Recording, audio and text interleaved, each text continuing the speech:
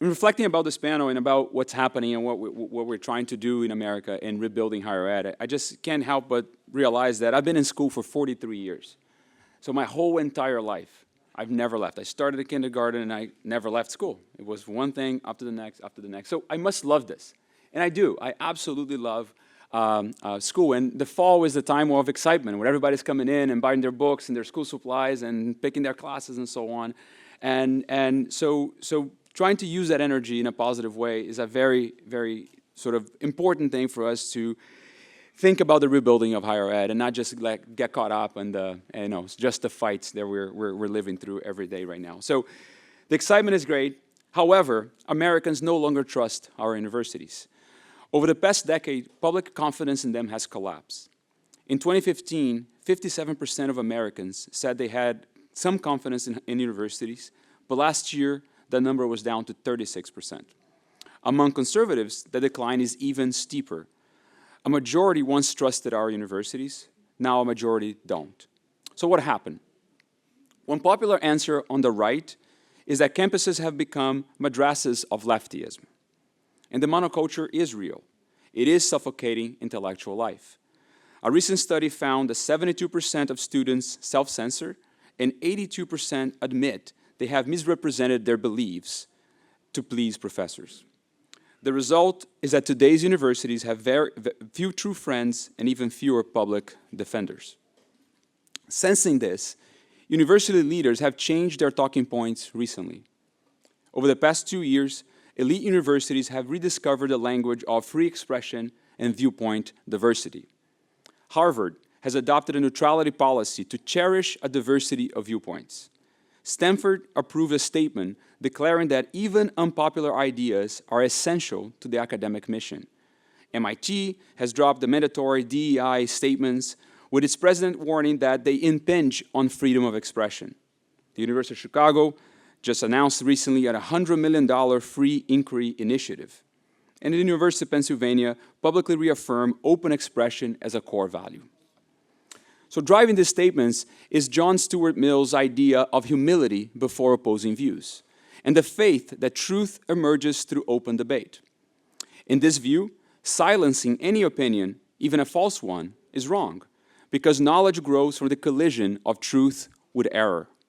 As the cliché goes, the best antidote to bad speech is more speech. It is a notable doctrine, but in today's academic crisis, it misses the point.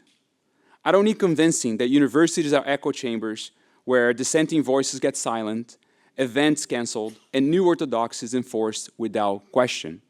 Nor do I need persuading that DEI bureaucracies have poisoned the well. All of us in this panel here have been fighting these issues for many years before it even became fashionable. But the problem isn't that schools abandoned Mill, it's that they are hiding behind him.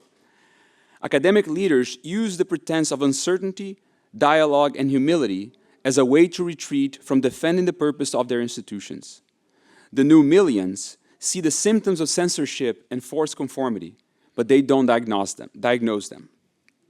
Universities should read Mill, but they must not become Mill. He's not the blueprint for university leadership. The campus is not, nor should it be, a mere marketplace of ideas. And I say this, by the way, as someone who idolizes Milton Friedman and has spent his entire life arguing for free market policies. But a university is not a market. Curriculum does not arise from a trading pit. A classroom is not a market. There's one shared problem, one referee in the form of a professor, and one goal: get closer to the truth. On the street, you can heckle and walk away. In a seminar room, you have to give reasons, take questions, and stay in the fight until your claim holds or it doesn't. A good seminar at a good university is not accidental, ungoverned, or without direction. It is a deliberate conversation ruled by the wise, bound by standards, aimed at the truth. The new Millians diagnose the symptoms, censorship and forced conformity, but they prescribe more of the disease, relativism. The new Millians asked us to stand for nothing in particular except openness. When openness is their highest virtue, the worst sin becomes intolerance. Openness without limits turns into a refusal to judge. Every idea, every department, every position is treated as if they matter exactly the same, no matter how true or false, useful or useless it may be. This is the tyranny of boundless tolerance. When everything is treated equal, nothing really matters. If every idea, every program, every professor is given the same weight, there's no way to separate the serious from the useless, the excellent from the mediocre. When tolerance is treated as the highest virtue, it becomes its own form of oppression. It tells leaders they can't take sides, they can't draw lines, they can't say that one idea is better than another. In the name of being open to everything, the university ends up captive of mobs, bureaucrats, and whatever ideology or cause happens to be fashionable at the moment. The alternative to tolerance is prudence. Prudence means understanding what we owe the country and the civilization that makes this possible. Prudence means defending why books deserve to be in the curriculum. Some books deserve to be in the curriculum while others don't. It means being clear about why one department deserves funding and another doesn't. So yes, the ideological capture of our universities is a problem, but without moral clarity about what a university rightly stands for, trust will keep eroding. Universities that refuse to define their mission, make judgments about curricula, and defend standards will be governed by fear and intellectual fashion. So how should a great university lead today? Well, first, by being explicit about its non-negotiables. And here are some suggestions that help guide our work at the University of Austin. Number one, America. Fighting for America's civic health is fighting for the future of freedom. Students at American universities should understand the ideas that made this country possible, from Athens to Jerusalem, to the Declaration of Independence, to the Constitution, to the free enterprise system. Two, freedom. Not noise or nihilism, but a hard freedom to inquiry, to speak and be answered with reasons, to hear opposing arguments without the veto of emotions, to refuse compelled speech and ideological oaths, to welcome any person at a seminar while keeping no idea beyond challenge. And finally, three, merit and rigor.